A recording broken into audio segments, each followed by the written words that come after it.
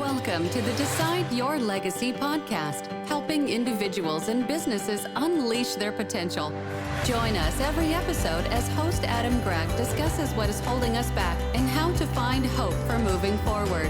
Along the way, we discuss developing healthy relationships and navigating life transitions while overcoming fear, stress, and anxiety. Live the life you want, the legacy you decide. So if you would have told me 8 years ago that I would struggle with being negative, I would have told you that you were crazy, because I looked at myself as being a positive person, and I was in a lot of cases. But I was reminded I've struggled with negativity big time over the last 5 years at different moments. And it's much easier to be negative than it is to be positive, although it's really not much easier. But I was sitting out at the pool at my apartment complex, and nobody else was out there. I was talking to some friends in California, my buddy Ben and his wife. And then I looked around at this pool and I thought, nobody's here. I'm all alone. And I didn't feel FOMO. I didn't feel insecure, but I thought a year or two earlier, I would have been very insecure to be alone on a Friday night. But what has shifted in me is what I'm going to talk to you about today. So what the shift that I've made is learning how to overpower the negative thoughts, the negativity in our lives. It's such a common struggle and it does so much damage. So this is, stop being so negative. And I'm going to give you 3 ways that you can stop being so negative. This is the Decide Your Legacy podcast, episode 117. And I'm your host, Adam Gregg. I'm a coach. I'm a content creator. I love to speak and work with teams. And most of all, I love living out my passion of helping people find clarity and face their biggest fears to live there and leave their legacy. Okay. I talk about stuff I struggle with myself. Do not have it all figured out. I am a fellow traveler. I'm in the business of life transformation. So I want to share something uncomfortable that I did recently. And it really wasn't that uncomfortable, but it kind of was uncomfortable. So I was at the moment that I realized that I was sitting outside by myself on a Friday night, hanging out for 3 hours or whatever. There was moments where I started to feel insecure, like I should be doing something with other people. And then I had to fight that back. So it was kind of like my brain was kicking in saying, you really should be insecure here. That's a much more natural response, but I wasn't letting myself. So it was kind of back and forth, because I was okay when I was talking to my friends in California, but I wasn't okay when I realized that where are all the people and why are they having so much fun without me? But I ended up having a really good night. I ran on a 10K the next morning. I got to bed much earlier than I would have had I gone and done something with friends. So I want you to get uncomfortable as well. This is the podcast where my listeners get uncomfortable. So I want you to start with an action. Who is somebody that you know in your life that can be super negative and has that kind of pattern in their life? Because unfortunately, people don't often change that. They may have seasons in their life when they're negative because they're going through grief or depression or whatever. And that happens. I get it. But there are also people who have consistently had a pattern of being negative in your workplace or at home. I want you to think about that person right now. And then I also want you to recognize and reflect upon, how does that negativity impact you? How does it impact the way you want to interact with them? What is really driving that negativity in their life? Because this can give you some insight into yourself as you reflect on them. So you can speak it into your phone, whoever that person is. I won't tell them. I won't show them that you wrote it down. Think about them. I want you to reflect on them and yourself as we go through this content. Stop being so negative. Listeners, stop being so negative. Come on. So it is much, much easier to be negative. I don't know why, but no, I do know why. The reason is because it keeps us safe. It's a natural way to live because it works. It works for us to be filled with fear and to recognize how we can get hurt, especially if we've had trauma in our lives and we don't ever want to get hurt again. Of course, maybe not in that way, because it was so incredibly painful. So we don't want to go anywhere near that thing that hurt us. It's helped us to survive, but it's a dysfunctional way of living on a day-to-day basis. I don't want you to have to live that way. I mean, that's why I like creating content like this. That's why I've created Shatterproof Yourself. So it's important to figure out that we can do some things to overcome this. And that's what we're going to talk to you, and I'm going to talk to you about today. So if you want to be depressed and if you want to be anxious, I'll give you a really simple, straightforward formula. If you want to be depressed, listen to your fears and do what they say. Those intrusive, intruding thoughts, just believe them. If they're telling you that somebody's betraying you or there's some kind of danger ahead or you're going to get rejected or hurt, listen to it and don't do the opposite. Don't listen to your intuition. Then you're going to be anxious and depressed. Yeah, guaranteed. Avoid doing hard things in your life. Isolate and don't be around good people. Only hang out with dysfunctional, fearful, toxic people. Make social comparisons on a frequent basis through social media, through the people you recognize in public, at church, anywhere you go. Just compare yourself to them, compare your life to theirs. That'll make you depressed and anxious. Frequently make assumptions and believe those assumptions about other people. That it's guaranteed to make you depressed and anxious. If you want to be happy, if you want to have joy in your life, do the opposite. Don't take counsel from your fears. Don't listen to those strong emotions unless they're based on factual evidence, evidentiary information. Face your problems, don't avoid them. Compare yourself to yourself and your progress within your own life and not anything external with other people. Measure your success backwards, how far you have come, not the gap between where you are today and where you want to be. And then don't make assumptions. And if you do, recognize that they're an assumption and get clarity. First thing you can do to overcome your negativity. Bro, stop being so negative. You can eat healthy with your mind. All right. So we talk about mental health. We just came out of Mental Health Awareness Month. Mental health is a big, common topic these days. I like to think about a mind eating food and it's going to be eating a bunch of garbage that it's going to regurgitate or it's going to make them feel sick. It's going to make your mind sick. Or you can eat healthy content. You can be around healthy people. You can read good books. And there are books that are not good, and there's content you can consume that's not good. It's going to be fear inducing.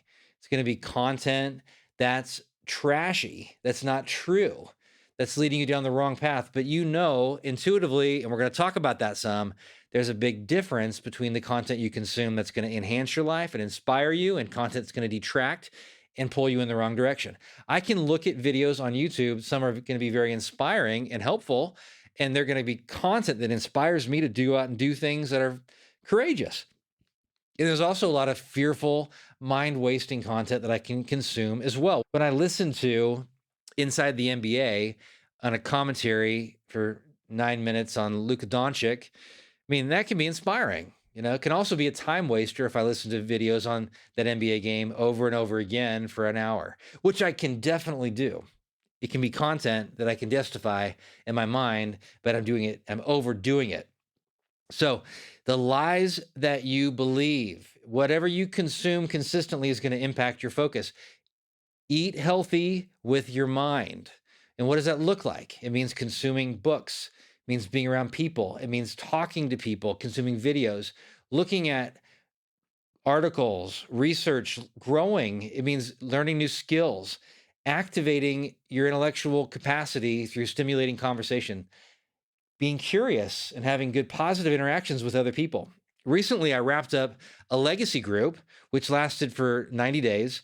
And it was so inspiring to see how other people in that group, I recognized what they were facing in their life. And we got to focus on truth. And even the group got to speak truth into everyone else's lives based on what they heard them share during that 90 days as they got to know them. And some of the people in the group, I recognized certain qualities that came out, and everybody identified one big fear in their life, something they believed about themselves that was not serving them well. And the group got to give them feedback on that fear. And then I came up with one truthful comment based on that fear. So for some people in the group, and I'm just going to share, okay, here's like, and I may have shared this before and I'll do it again, but it was really so cool to see one of the guys. I really felt like it resonated with courage giver and just really inspiring person who's given a lot of courage to others, opportunity creator, courage giver, hope builder, fear facer, heart connector, and burden lifter. And there were others as well, but I just thought it'd be really inspiring to hear that we can be around people who are going to lift us up. It's amazing to me, and I read some statistics on reading recently that 65% of Americans have not read a book in the past year. 80% of US families did not buy or read a book last year. 42% of college graduates never read another book after college. That one's hard to believe, really. I almost don't want to believe that statistic, but it's from a reliable source. So 70% of Americans have not been in a bookstore in the past 5 years. That one's kind of interesting. I think maybe it's because there aren't as many bookstores, but we actually have a Barnes and Noble opening up about a mile from my or mile and a half mile from my place.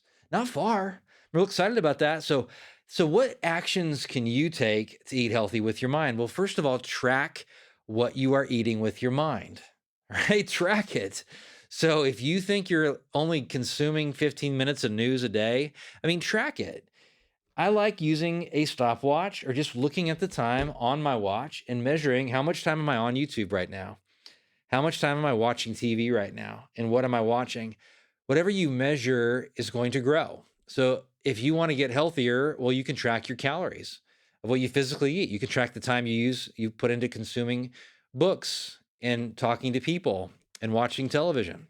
You can track it.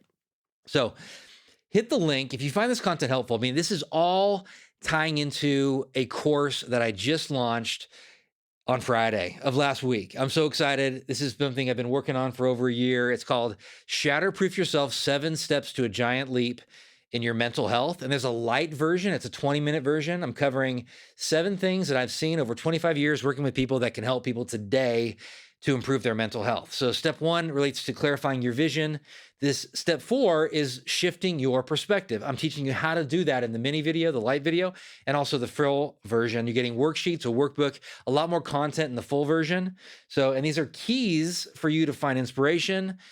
You're getting information, inspiration, and taking action in your life. So you want to sign up for Shatterproof Yourself, 7 small steps to a giant leap in your mental health. So the second action to take to stop being so stinking negative is to step back from your thinking and think about your thinking. All right. Think about your thinking, analyze it, recognize it, replace it, get away from it.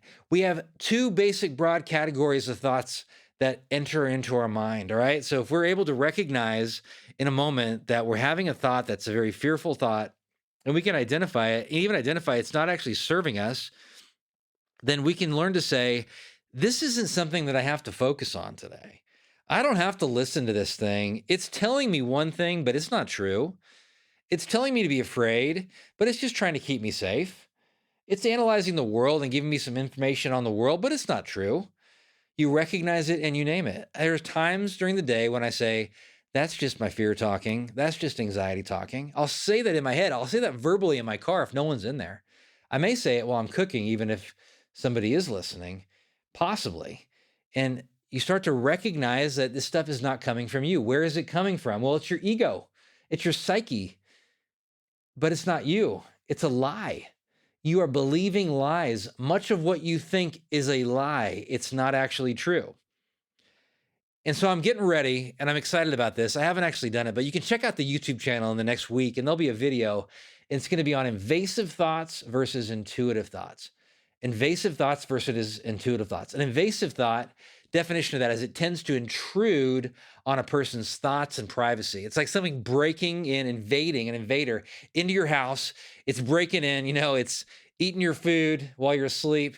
It's stealing your gold bars if you have any. It's stealing your dog. I mean, because the dog's not barking, it's asleep. I mean, it's invading. And maybe you wake up and then they steal your TV and they steal all the joy out of your life. You recognize it, but you're glad you didn't wake up while they were actually invading your home. And it was after you had woken up and you realized they were gone and you called the police, but they invaded your home. I mean, it was a violation.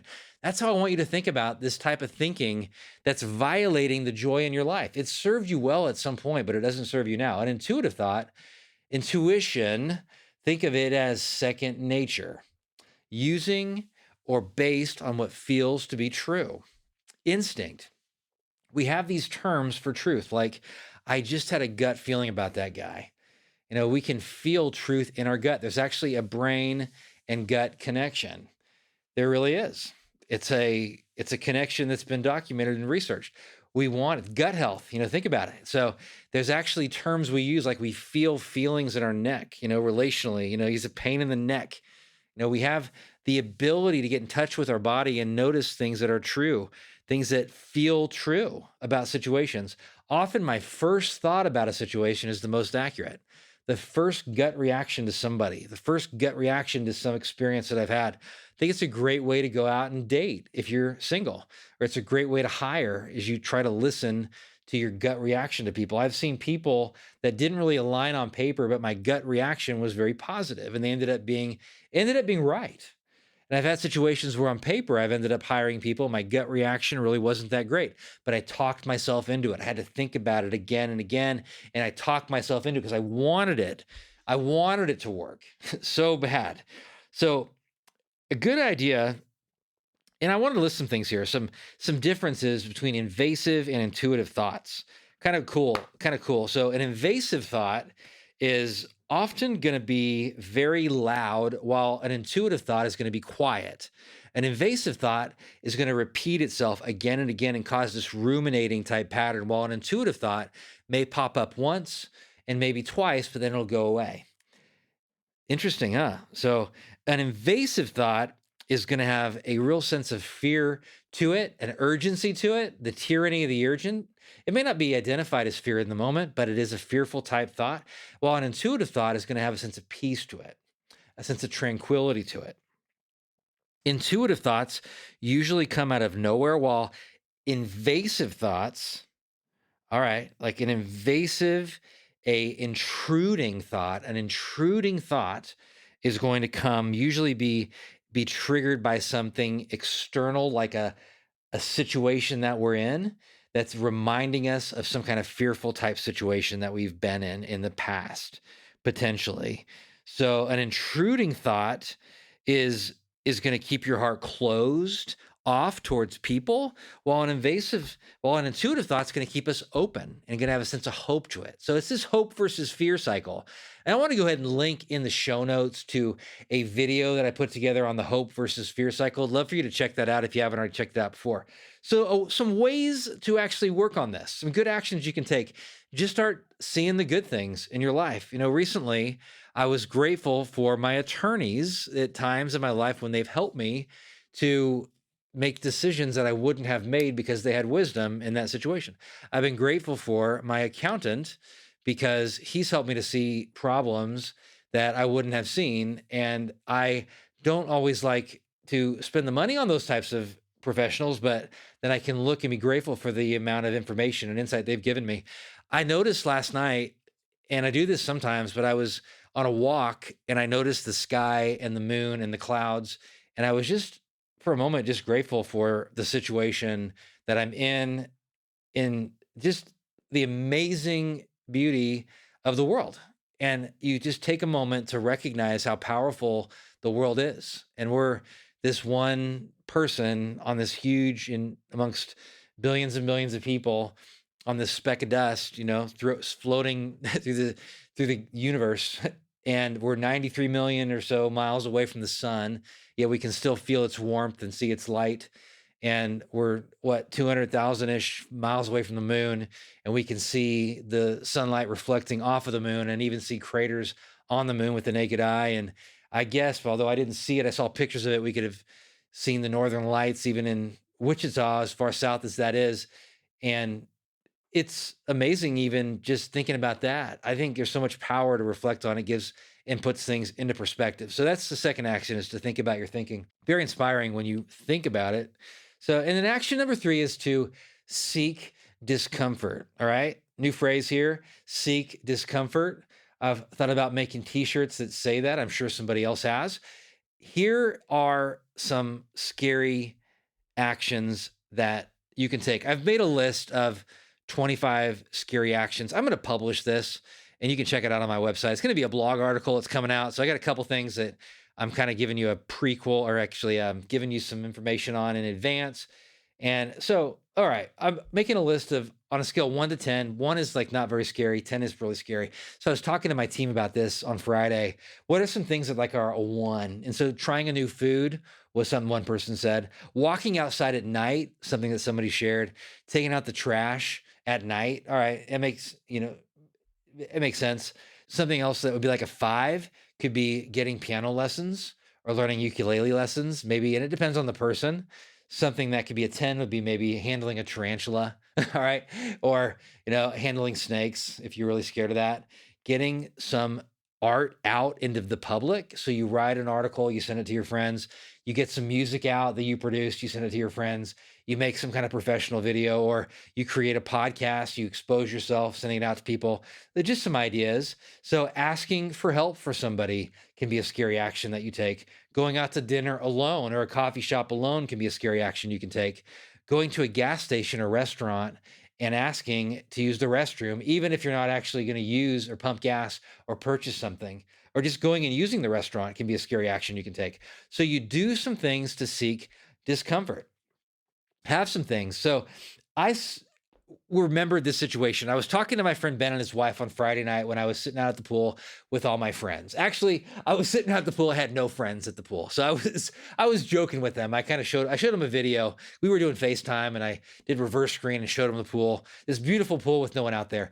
But it was the opening night of the River Fest, which is a big festival in my area. And there's, I guess, 100,000, 200,000 people that go to the River Fest. It's a weekly festival. Really cool thing. I ran on the 10K on Saturday that went with the River Fest. But so my buddy was reminding me that when I was 17, that was 1990, that the halftime of the Super Bowl, I decided we were going to go out to this place called Phoenix Field, which was an old airport in the neighborhood area that I grew up in Fair Oaks, California. And it was being converted, I believe, at that time into a housing development, or maybe it was after that, but there was some dirt out there. And I thought I'd take the new-ish Suburban that my parents had, that my dad drove, which I was driving and borrowing, had four-wheel drive out in the mud and go 4x4ing over the break. Okay. So, and I did. And so we loaded this up with my friends and it was pretty heavy, and it was like a Suburban, a Chevy Suburban, man. It was red and gray. It was a cool car. I have a picture of it. It was, we had four-wheel drive on that sucker. And so I get out and I'm going out in the mud and then I slow down and it's starting to spin. They're like, don't slow down, do not slow down. And I was pretty insecure in this thing. And sure enough, we got stuck, and it was halftime. It was Joe Montana won the Super Bowl MVP. The 49ers won that game. It was Joe Montana, John Elway. And man, it's crazy, and I was really stressed out about the whole situation.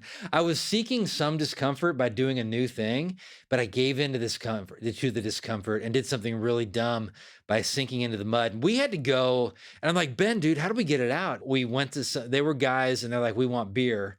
And somehow some of my friends went back home to their parents' house and got like some beer from their parents to give these people to pull this car out of the mud. So I got it out of the mud, and Ben assured me we went to the car wash and I brought it home, and I didn't tell my parents about it until they found out because of all the mud underneath. And I got in some trouble for that thing. It was not the smartest thing to do, but that was some bad discomfort. I mean, it wasn't a bad thing to do, but anyway, that's beside the point. Seek discomfort. And notice how you feel. Actions after you do something that's kind of scary in your life, even if on a scale 1 to 10, it's a 1 or a 2, you do it, you try a new food, and then you really feel better afterwards because you did something to stretch yourself. You do something different with exercise. You mix it up. Instead of running, you go swimming, or you do yoga, or you lift weights, or you call up a friend that you don't know very well and you ask them to go get some coffee with you, and it's something you wouldn't normally actually do. Or you try something new with your business, advertising in a different type of way, or encouraging somebody in a way that you normally wouldn't, just saying something positive because you're not used to doing that kind of thing. Have some scary actions or some uncomfortable seeking discomfort that you're going to do every day, every week, every year, and make a list and do it. And I'm going to get you the article on 25 scary actions. Check them out. I mean, I shared 7 of them with you, and I'd really encourage you to check that stuff out. So let's go ahead and review all these different things. So action number one, dude, stop being so negative. Some things you can actually do. So number 1, eat healthy with your mind. Think about your mind. What diet are you giving your mind? Are you giving it positive content? Most people don't read. It's unfortunate. I want you to read. I want you to find ways to read and find positive content. I got great books on my website, 25 books that I love, and I'd encourage you to read. Check that out. It'd be really cool to see and hear from you and to tell me how you put positive content, and put that comment in the show notes of this episode on YouTube. I'd love to see what you have to tell me about how you consume positive content. Number two is think about your thinking. Recognize it and then realize that a lot of it's lies and figure out what's an intrusive thought and what's an intuitive thought. How can you focus on the truth and not the fear? Do some things, some actions you can take are to really be grateful, to find the good things. Just look up at the sky from time to time. And the last one is to seek discomfort. I want to talk to you and challenge you to do some scary things consistently, and knowing that on the other side is going to be hope, is going to be confidence, because you don't build confidence before you do the scary thing. You build confidence after having done it and realize that you can do it. Even if you don't do it well, even if it doesn't turn out the way you wanted it to, you can still pat yourself on the back because you actually did it. So remember the 20-80 rule. So 20% of transformational change is insight, information. You get information. You got information today listening to the Decide Your Legacy podcast. 80% is action. What action are you going to take based on what you learned in this podcast? An okay plan that you act on is 100 times better than a perfect, great, excellent plan that you do nothing with. People will not judge you by your intentions. They will always judge you by your actions.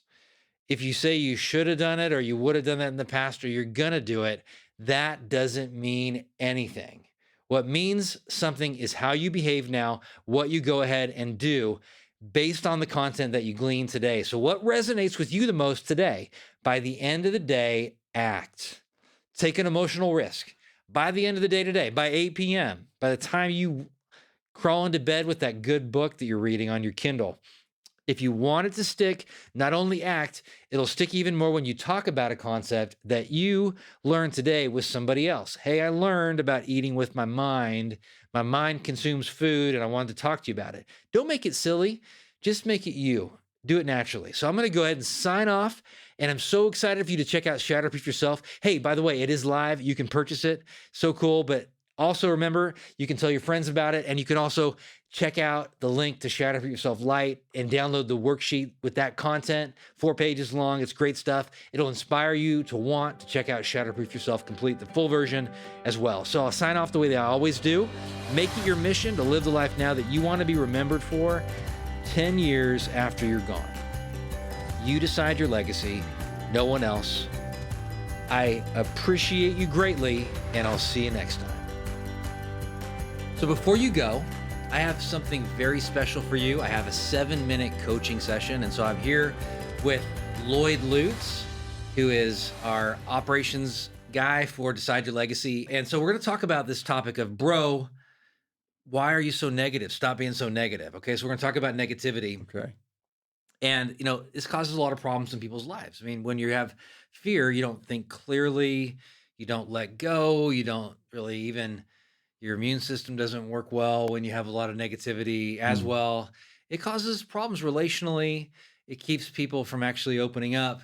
And it just takes the joy from life. Yet our brains are really good at this because that keeps us safe. And then it's kept us, and we've probably been hurt in the past. So why not view it negatively now? Because, we could get hurt, and let's stop. And so what I'm going to do is do a little coaching session with him. He doesn't have anything really prepared. I'm just going to ask you and give you an idea of what this experience is actually like. So what is something that, I'm going to assume that you struggle with this. I don't know for sure, but what is something that you may want? Like, is there something you want to figure out when it comes to negativity you'd like to figure out? I know a big one around our household is based on comparisons, or just sometimes it's just easy Okay. to kind of get stuck in like my own head and just kind of be like depressed or disconnected at times Okay. and not necessarily have a Comparison full-on of what? direction. Like other people's lives? Yeah, a lot of what other people's lives are. Like I'll Okay. see people's accomplishments or things that they're able to Oh, achieve, man. and it's like Yeah. I'm 32 and I'm not even close. So Yeah. Okay. That's a yeah. great one I think people can relate to. So what makes it, I'm going to say, how do I not do social comparison? Mm, Or comparing other people's outsides or their success or whatever to right. me.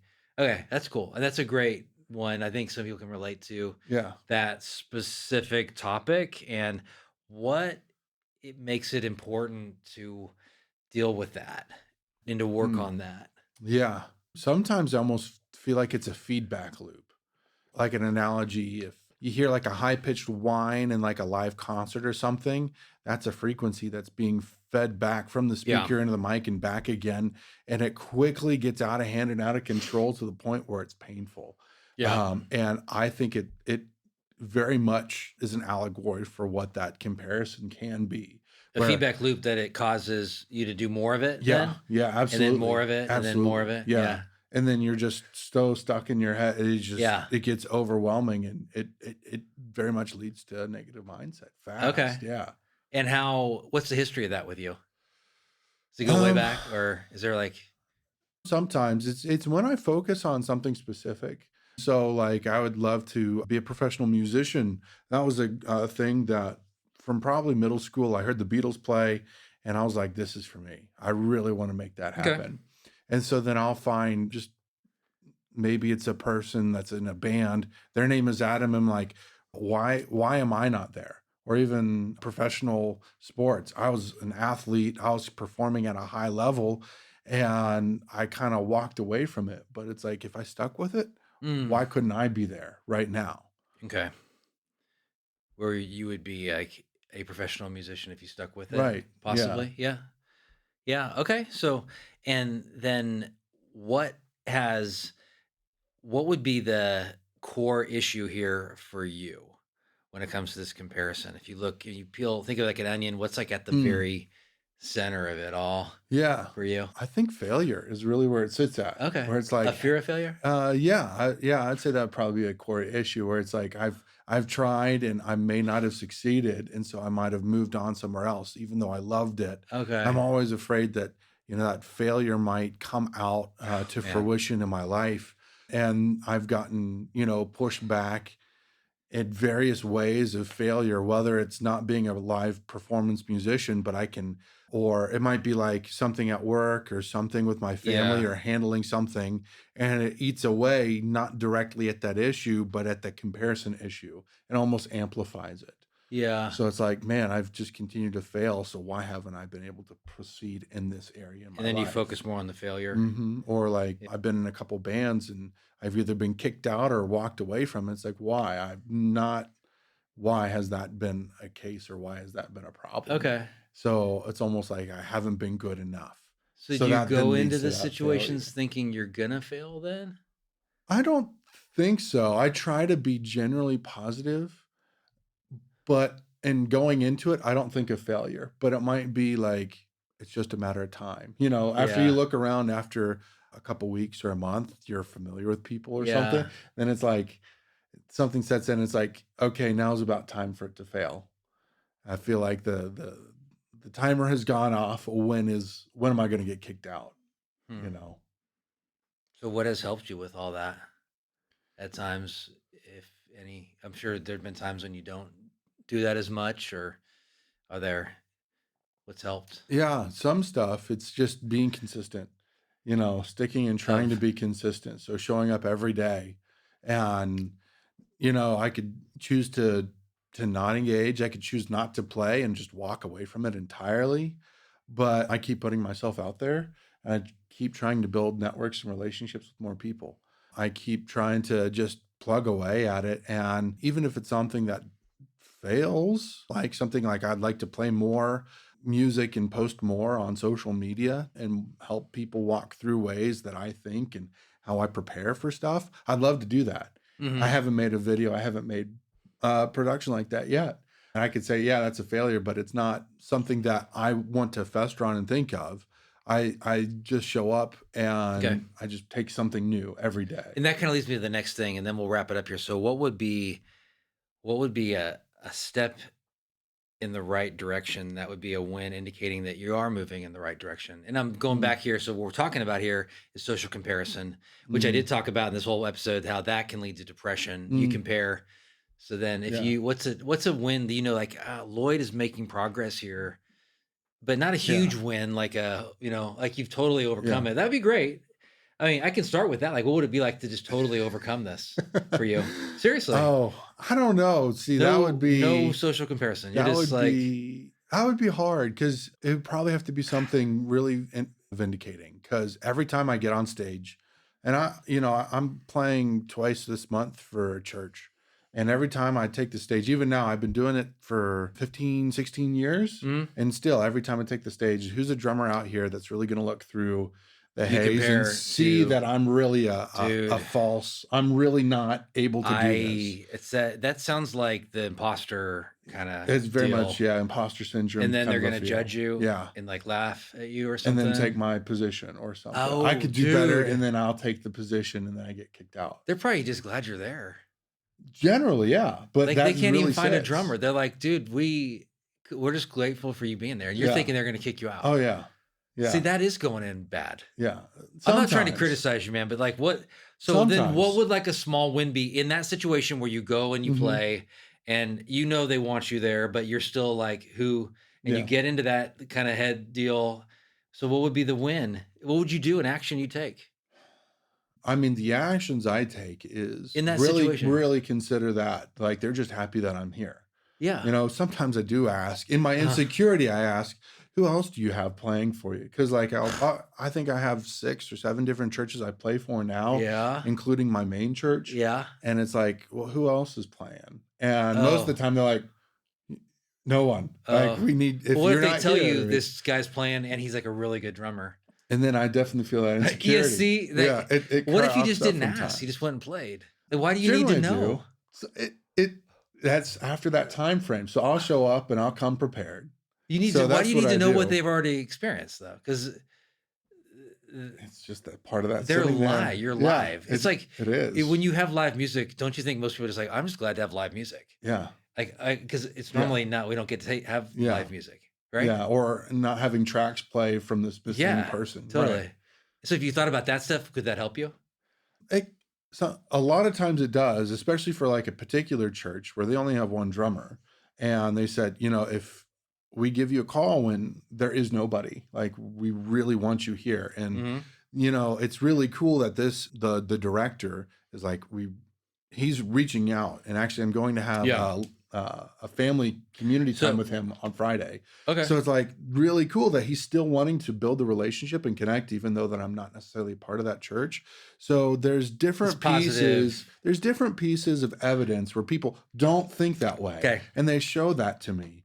But Okay. that I still easily can be, you know, a couple months in, that Okay. comparison switch flips for no reason. And that's when In I that- start having that problem. But did that? Okay. So Yeah. so I hear a lot of things like you got to practice it. more. Yeah, absolutely. So then from this conversation here, since we're a little over 7 minutes, what do you want to apply? A big Specifically part apply. was, you know, probably not even asking that question. Oh, dude, that's so good. And I think the more that I've been able to play in other situations, Yeah. I think it's beneficial the more Yeah. of not just the band I talk to, but the people that experience Yeah. the event that I communicate and connect with them. Dude. And allow yes. that feedback to happen to just help Yes. and not be critical and take a compliment as a compliment. But Yeah, really take the man. compliment as being sincere. That is so cool. That is so cool. All right, you got it. So that's your action. And that's your 7-minute coaching session. Check it out, share it with your friends. This show is part of the ICT Podcast Network. For more information, visit ictpod.net.